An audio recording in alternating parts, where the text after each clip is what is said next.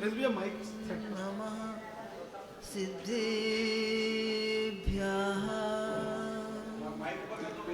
ॐ नमः सिद्धेभ्यः ॐ नमः सिद्धेभ्यः। बल में बालक हूँ किस लायक, बोध कहाँ मुझ में स्वामी। तब गुण गण की स्तुति करके, पूर्ण बनूं तुम सा नामी। गिरि से गिरती सरिता पहले, गिरि से गिरती सरिता पहले। पतली सी ही चलती है, किंतु अंत में रूप बदलती, सागर में जा डलती है। किंतु अंत में रूप बदलती, सागर में जा डलती है। अनंतान सिद्ध परमेष्टि भगवंतों की, संत शिरोमणि आचार्य गुरुवर श्री विद्यासागर जी मुनि महाराज की, अभिनव आचार्य परमेष्टि श्री समय सागर जी मुनि महाराज की, तीन कम 9 कोटि मुनि राजों की, परम पूजन व्यापक शरण ऋषि वीर सागर जी महाराज की, वंदनीय आरिका जी श्रेष्ठ गुरु आरिका श्री गुरुमती माता जी की, समस्त मुनि आरिका संघ की। संसारी प्राणी की अवस्था काल की अपेक्षा से निरंतर आगे बढ़ रही है और भावों की अपेक्षा से अपनी पहचान के अभाव में निरंतर दुख का सृजन करता हुआ चला जा रहा है। सोच रहा है सुख के बारे में, कारण अपनाता है दुख के, कारण के अनुरूप कार्य हुआ करता है, ना कि क्रिया के अनुरूप। क्रिया फलदायी जब होती है जब वह सही लक्ष्य हो और उस लक्ष्य के ओर जिस दिन से बनता है उसी समय से वह बढ़ना प्रारंभ कर देता है। आज देख रही है नया वर्ष आया था, आ रहा है उत्साह। हाँ, कैसा था बोलो? और हो गया तो उत्साह ठंडा। ये किसकी बात है? ये लक्ष्य के अभाव में होने वाली परिणति है। यदि लक्ष्य हमारा बन चुका है, अभिप्राय हमारा बन चुका है, तो वह उस समय से निरंतर बढ़ना प्रारंभ हो जाता है। बीज को यदि पाषाण पर डाला जाए तो क्या होगा? या तो पक्षीगण अपना भोजन बना लेंगे या फिर वह किसी भी प्रकार से हवा में उड़ जाएगा अथवा वह किसी के पैरों के नीचे आकर के दब करके अपना अस्तित्व समाप्त कर देता है। पुद्गल के रूप में तो रह जाता है, लेकिन उत्पत्ति के रूप का अभाव हो जाता है। ऐसे ही ये संसारी प्राणी है। वास्तव में देखा जाए तो सम्यक दृष्टि का हर पल नया होता है। नदी का पानी बहते बहते कैसा रहता है? हर समय वह साफ, स्वच्छ और गतिशील होता है। जो पानी अभी है, देखते देखते कितने आगे बढ़ जाता है और बढ़ते बढ़ते वह एक दिन समुद्र में जाकर के समा जाता है। बूंद बूंद मिलकर के घट बनता है, भरता है, और घट भर भर करके वह एक दिन इस प्रकार से बन जाता है कि वह पूर्णता में ढल जाता है। पूर्णता कहो और प्रभुता कहो, एक ही बात है। क्यों? जो पूर्ण होगा वह हर प्रकार से पूर्ण होता है, कहीं पर भी वह रिक्त नहीं होता है। पूर्ण तो वैसे सारे संसारी प्राणी भी हैं, चाहे वह निगोदिया जीव हो और चाहे मनुष्य हो, कोई भी हो, सारे पूर्ण हैं। लेकिन ना हमें उस पूर्णता का भान है और ना उस रूप हमारा रुझान है। भान और रुझान के अलावा जीवन है ही क्या? जहाँ ज्ञान है उस ओर रुझान हो कि हाँ हम यही हैं, तब तो कुछ सही मार्ग की बात हुआ करती है। और यदि वो नहीं है तो आप कितना भी प्रयास करिए, कुछ भी सफलता प्राप्त होने वाली नहीं है। आप कहेंगे हम तो बहुत सफल हो रहे हैं, क्योंकि हमारे बाप दादाओं ने जो नहीं देखा था वो हमने देख लिया, और जो आपने देखा है वह आपके बेटे उससे कई गुना आगे निकलेंगे। लेकिन काय में निकलेंगे? क्या होगा? वह जो शांति कुछ अंश में आप लोगों के पास है, आज की नई जनरेशन के पास वो शांति नहीं है।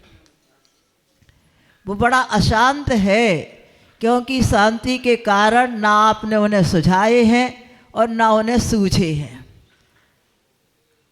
कब सूझेंगे?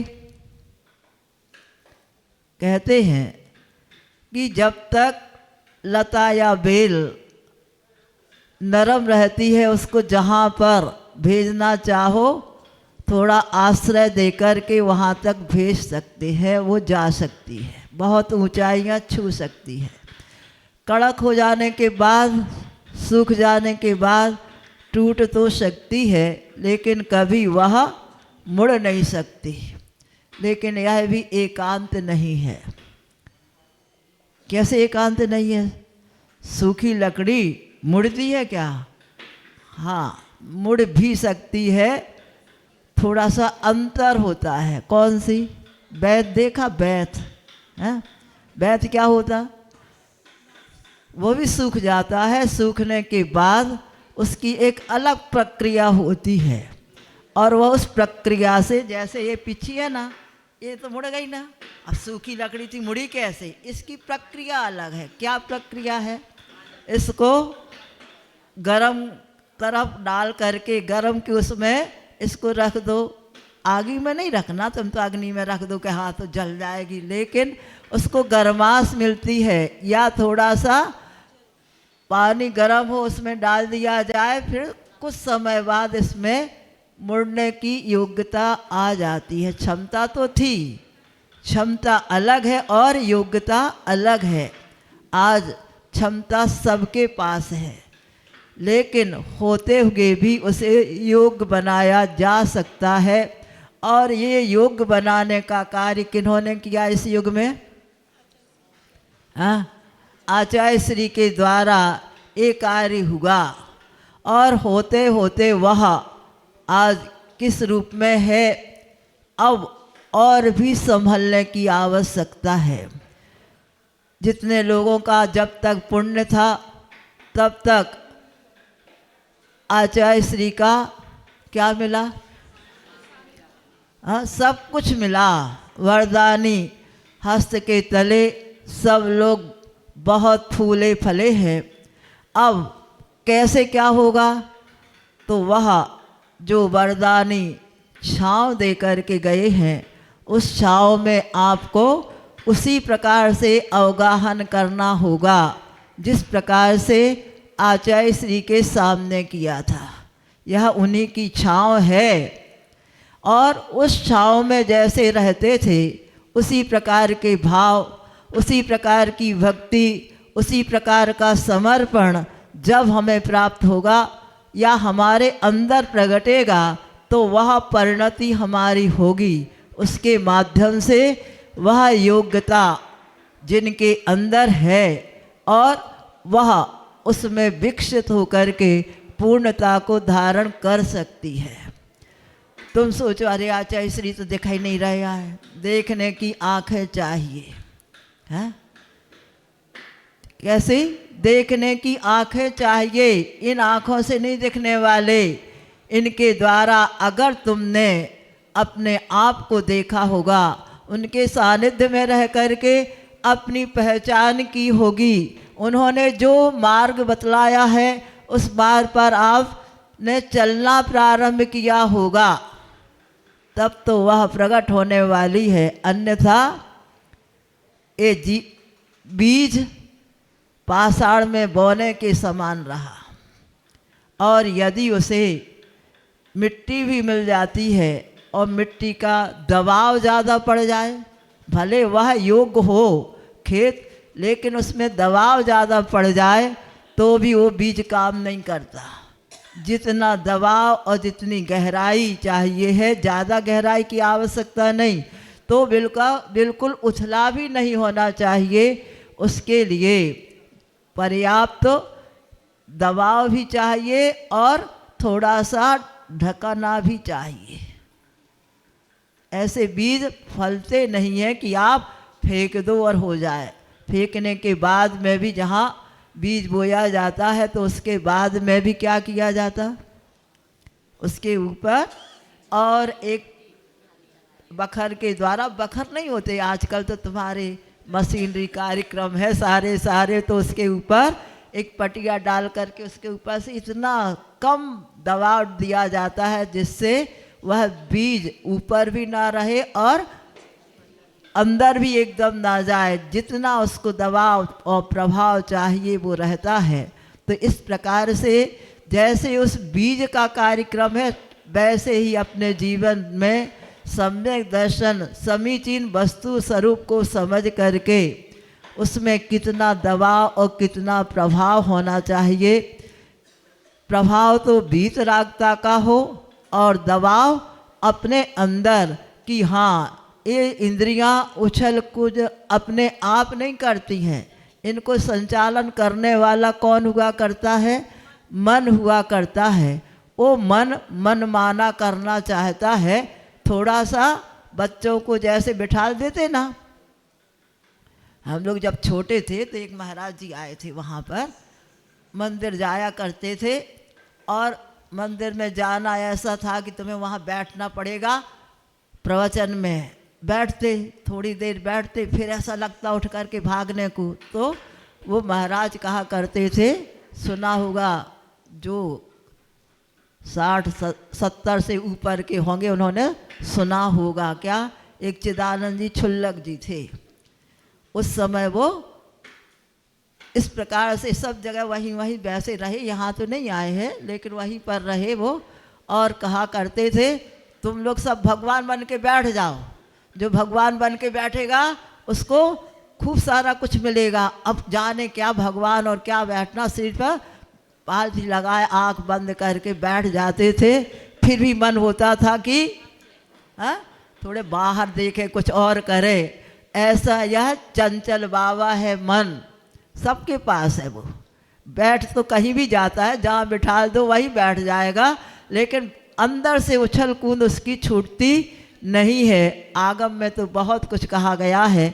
बंदर की उपमा दी, बंदर को फिर उछल कूद करते करते कुछ ऐसे मादक पदार्थ मिल जाए, है ना, और मादक पदार्थ के बाद उसको बिच्छू काट ले, फिर क्या हो? उससे भी कई गुनी। आचार्य कहते एक वाक्य में, मनसा मेरु गच्छति, यहाँ बैठे हैं और मेरु पर्वत की भी प्रदक्षिणा लगा सकते हैं, वंदना कर सकते, मालूम हो तो करो। अब ऐसे ग्रंथ पढ़ते ही नहीं जिनमें हमें मेरु की प्रदक्षिणा करने का भाव आ जाए, हैं? आता है? जानते हो मेरु? अरे मंदिर में तो रखे हैं, हैं? मंदिर में रखे तो काय को रखेंगे?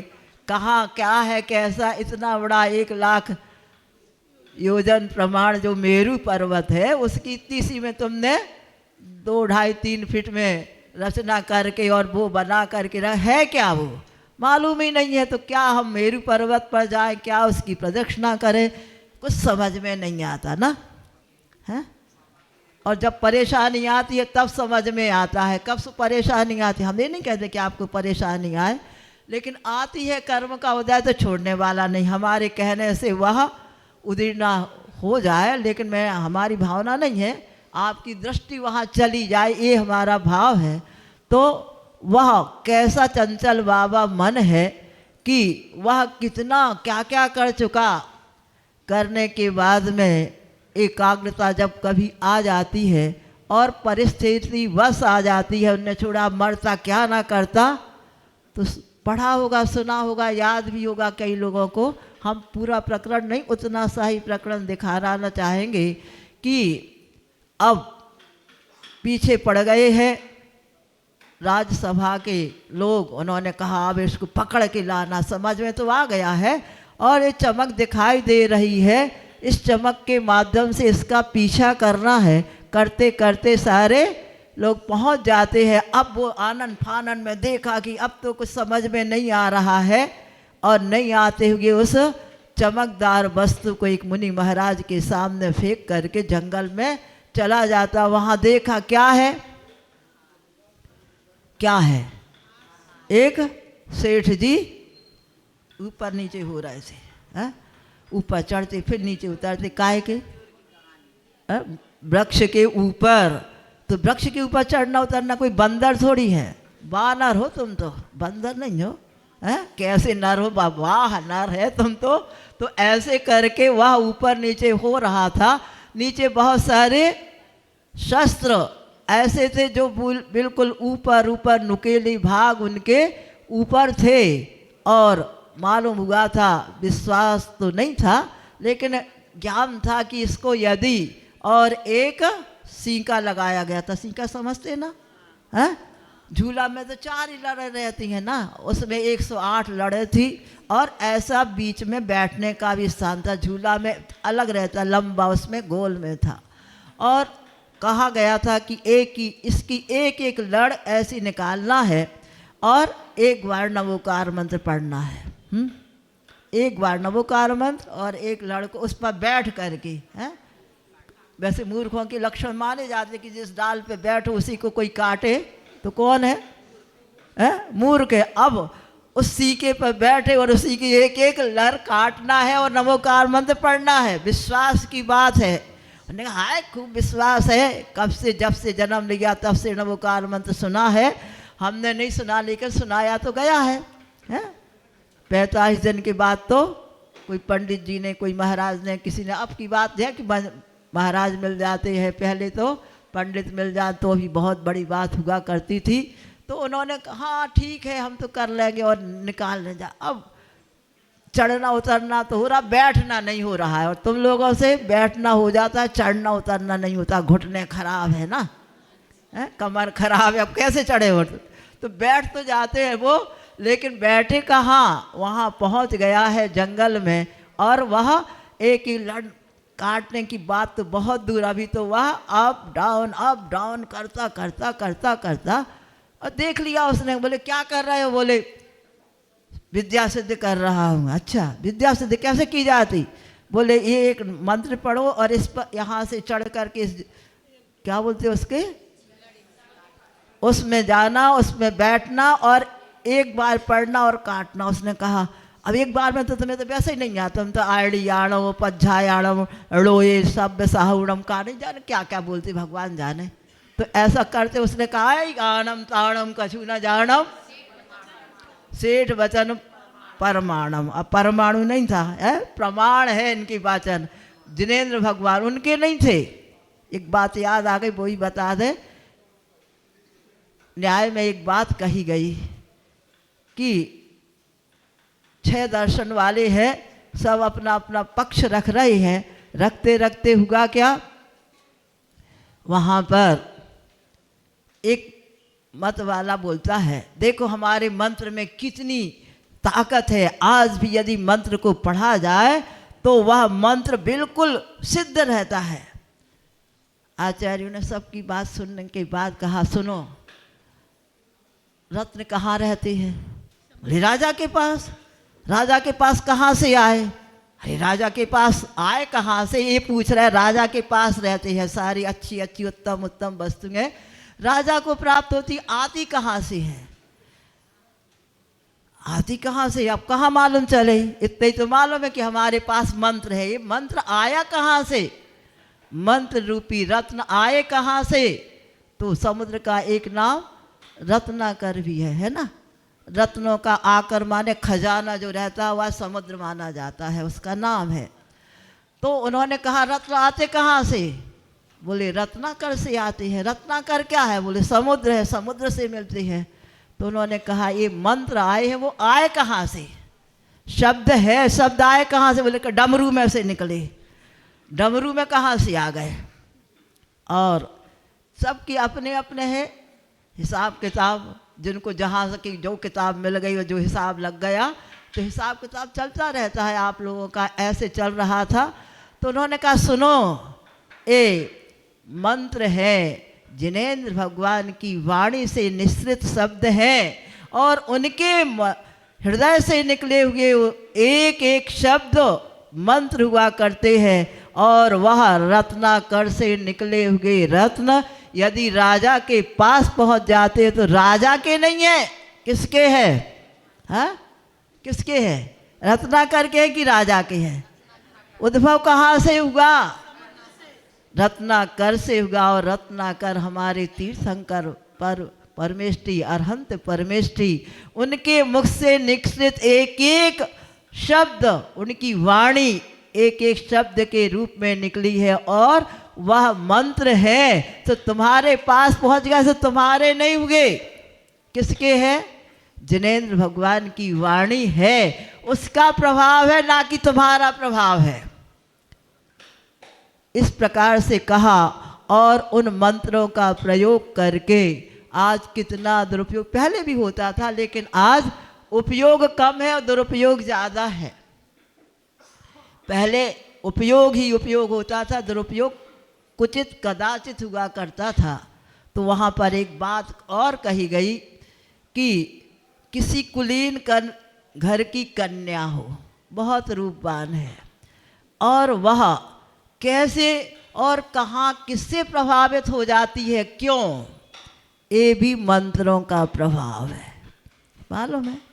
तुम्हें तो कुछ समझ में नहीं आता। बिटिया को कहाँ पढ़ाना? भैया नागपुर में नहीं पढ़ाना है। कहाँ? बेंगलोर, हैं, पूना, और नहीं तो फिर ये तो ऊना हो गया सब काम। दूना करना है ना, कैसे करें? विदेश में भेजो। हैं, कहाँ भेजते बच्चों को? यहाँ वहाँ नहीं, कहाँ ना जाने कहाँ कहाँ भेजते हो। और उसके माध्यम से समझते हो क्या करेगा बेटा। और दुनिया की आँख लगी हुई है कि अपने को क्या करना है, और तुम्हारी आँख लगी है अपने को क्या करना। उन्होंने कहा अपनी जनरेशन बढ़ाओ, अपनी तादाद बनाओ, और तुम्हें नहीं भैया ये सब काम नहीं करना। अपने को ओनली सिर्फ एक चाहिए, क्या? सस्याति सर्गो दानम नहीं, द्रव्याश्रया निर्गुणा गुणाः। हाँ, तत्वार सूत्र है। कौन सा अध्याय? नहीं मालूम। पंचम अध्याय का सूत्र है, अंतिम सूत्र, द्रव्याश्रया निर्गुणा गुणाः। आचार्य श्री ने इसकी आप लोगों की दृष्टि से व्याख्या की है। क्या की है? द्रव्य के आश्रय माने, अब कलदार तो कह नहीं सकते क्योंकि तुम्हें अकल ही नहीं है, तो तुम्हें कल मिले कहाँ से है? कागज है और जो कुछ भी तुम्हारी करेंसी है, ऐसी वैसी थोड़ी है, करेंसी है। तो उसके माध्यम से कोई गुण नहीं है। द्रव्याश्रय माने धन के आश्रय, निर्गुणी, कोई भी गुण ना हो, बिल्कुल व्यसनी भी क्यों ना हो, वो भी क्या बन जाते हैं? गुणी बन जाते। नहीं, और इतना रिस्पेक्ट देते हैं, आदर सत्कार देते हैं। अगर कोई आ जाए और त्याग करता है, ये बात अलग है, तो आ जाओ, त्याग करवाना, निकालवाना है तो क्या करेंगे? निबगा, अमिया, बनिया, इनको जितना निचोड़ो, तो उनको कितना द्रव्यासरा निर्गुणा गुणा करके और इतना आदर सत्कार दिया जाता है। वैसे उस सूत्रकार से तो अलग है कि द्रव्य के आश्रय रहे और स्वयं दूसरे को आश्रय ना दे, वो गुण कहलाते हैं। ऐसे गुण की व्याख्या आधुनिक सूत्र की व्याख्या है तुम्हारे जीवन में, कहते कुछ हो करते कुछ हो। तो ऐसे करके उसने आओ देखा ना ताव और वह हार फेंका, 9 लखा हार है, उस समय का 9 लखा हार था है। और आपका क्या था? ऐसे करके उसने सारी विद्या एक बार में, आड़म ताड़म कछु न जानम, कैसे उसको एक एक नहीं, लड़ी नहीं काटी उस सीके की, एकदम सीधे सीधे। विश्वास की बात है, इसलिए कहते ना मोक्ष मार्ग में चाहिए ज्वारी जैसा हृदय है। ज्वारी क्या करता है? जुआ खेलने वाला है, सब कुछ दे दो कुछ ना कुछ तो मिलेगा। ऐसा ही सब कुछ छोड़ करके जो चला जाता है, और सब कुछ छोड़ा उसने, क्या हो गया? विद्या सिद्ध हो गई। और अब तो घबरा गया सेठ, क्या हो गया? किसके हाथ में मैंने विद्या दे दी इसको, तो सब कुछ, अब तो सब भंटाजार हो गया है। लेकिन उसको उस समय बुद्धि आ गई। बुद्धि आते ही क्या हो गया? वृद्धि हुई परिणामों में, विशुद्धि में। तो कहाँ जाना है? विद्या पूछती है, वे तो सब जगह रहती, यहाँ भी बहुत सारी विद्याएं हैं, ये नहीं समझना नहीं है। लेकिन तुम्हें कुछ करना नहीं आता है, उल्टा सीधा करते हो। तो सुनाई थी ना एक दिन नल और दमयंती की कथा।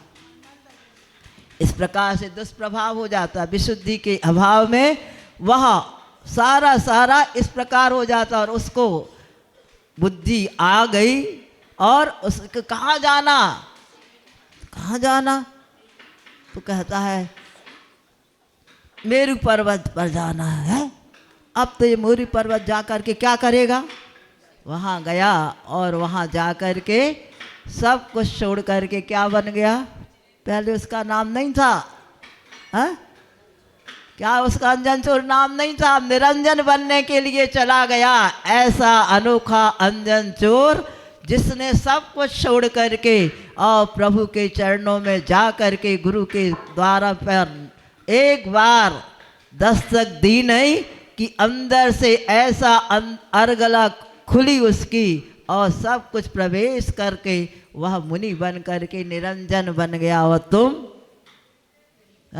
सोचो क्या कर रहे हो, कितना समर्पण है। नया वर्ष आ गया, ऐसा करना वैसा करना, गया, अब गया सो अपन भी गए।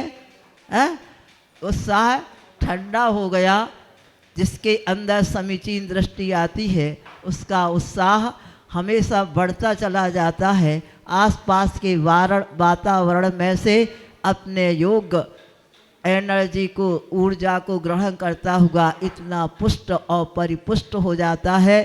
और लोगों को चिंता हो जाती, यहाँ के लोग नहीं है लेकिन जो कृषक होता है उसको चिंता हो जाती, भैया ठंड के दिन है, पूस मास आधा हो गया है, आज 2 दिन और निकल गए हैं, ठंड नहीं पड़ेगी तो फिर हमारा खेत का क्या होगा, बीज का क्या होगा, फसल पुष्ट नहीं होगी, अब क्या करें। वो तो करता रहता, चिंता है।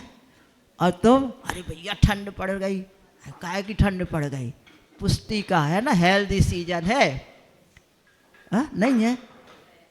15 अक्टूबर से 15 फरवरी तक कौन सा सीजन है?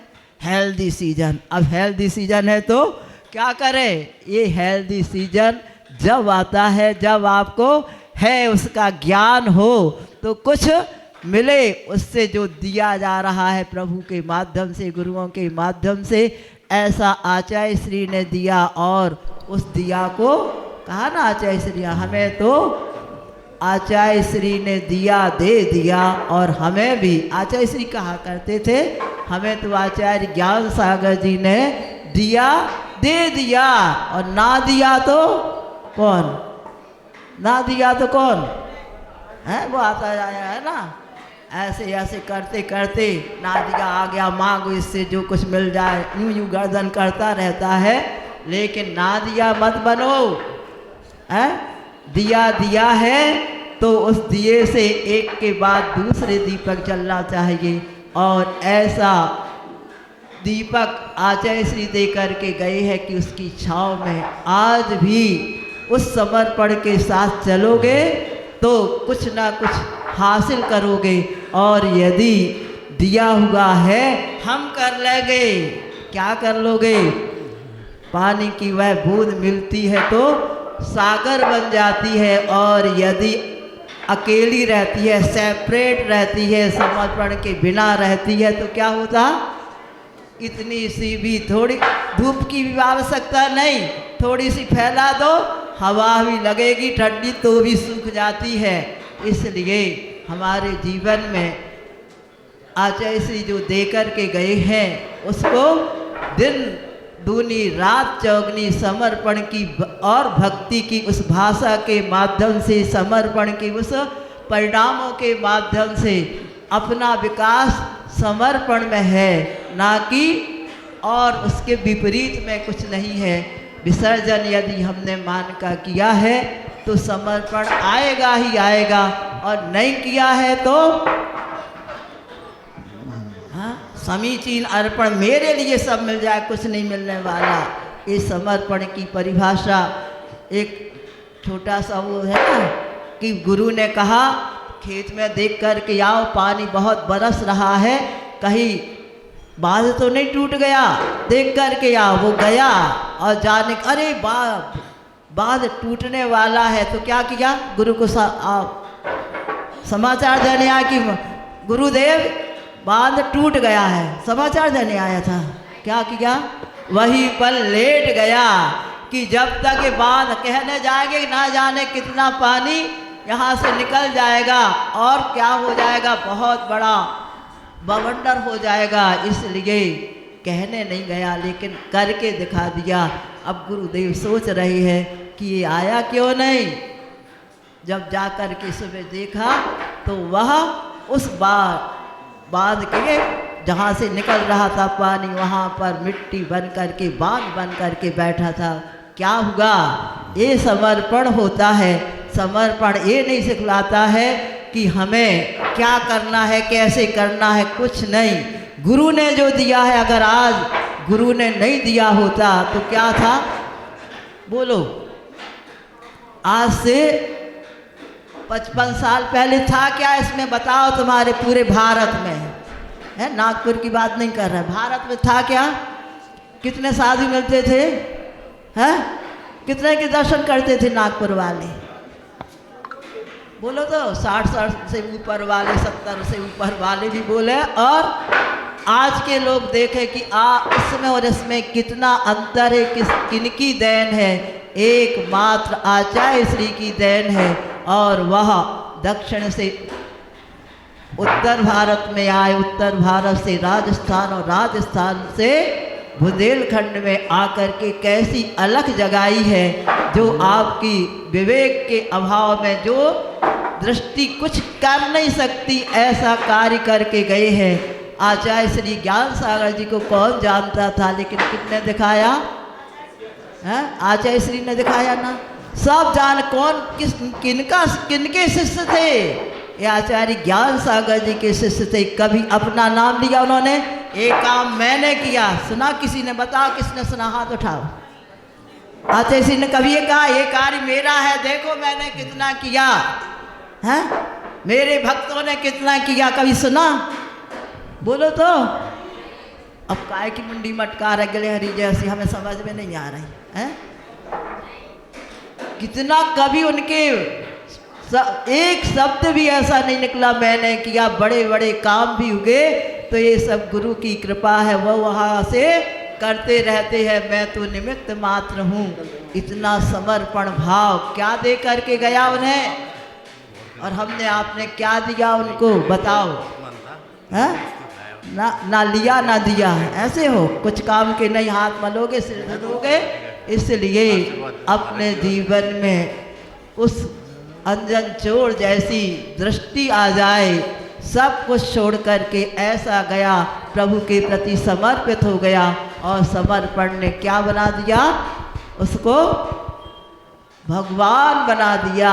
और भगवान बन करके अब ये नहीं कहना पड़ता कि भगवान अलग है और अंजन चोर अलग है। वहाँ पर जहाँ से वह मोक्ष गया वहाँ पर भी अनंतानंद सिद्ध परमेष्टि है। उसमें जाकर के अपने अस्तित्व के साथ उनमें लीन हो जाता है। एक नहीं होते भगवान, सब भगवान बन सकते हैं और सब बने हैं। अनंतानंत है, अनंतानंत और होंगे, अनंत काल से होते आए हैं और अनंत काल तक होते चले जाएंगे। लेकिन एक माही एक राजो, एक माही अनेक नो, एक अनेक की नाही गिनती, बंदो सिद्ध निरंजन। ऐसे निरंजन सिद्ध परमेष्टि अपन भी जहाँ पर बैठे हुए हैं, जो जहाँ बैठा है उसके ऊपर 7 राजू ऊपर आज अनंतानंद सिद्ध परमेष्टि विराजमान है। ऐसा यह हर शब्द, हर क्षण और हर धरती का कण और हर जगह अनंतानंद सिद्ध परमेष्टि की निर्वाण भूमि है। हमें अपने जीवन में निर्माण करके निर्वाण प्राप्त करना है और निर्वाह करने वालों के लिए ये जैन धर्म नहीं है। ऐसा जान करके निर्वाह की बात छोड़ो, ये तो अपने आप होता है, लेकिन निर्माण करने के लिए यह मानव जन्म इतना सारा सब कुछ मिला है। हम इसमें कुछ उपलब्ध करके अपने जीवन में निरंतर वृद्धि का मार्ग प्रशस्त कर सके, इसी भावना से बोली आचार्य गुरु विद्यासागर जी मुनि महाराज की, आचार्य श्री समय सागर जी मुनि महाराज की, 3 कमलों कोटि मुनि राजों की। पूज्य मुनिवर के चरणों में धन्यवाद।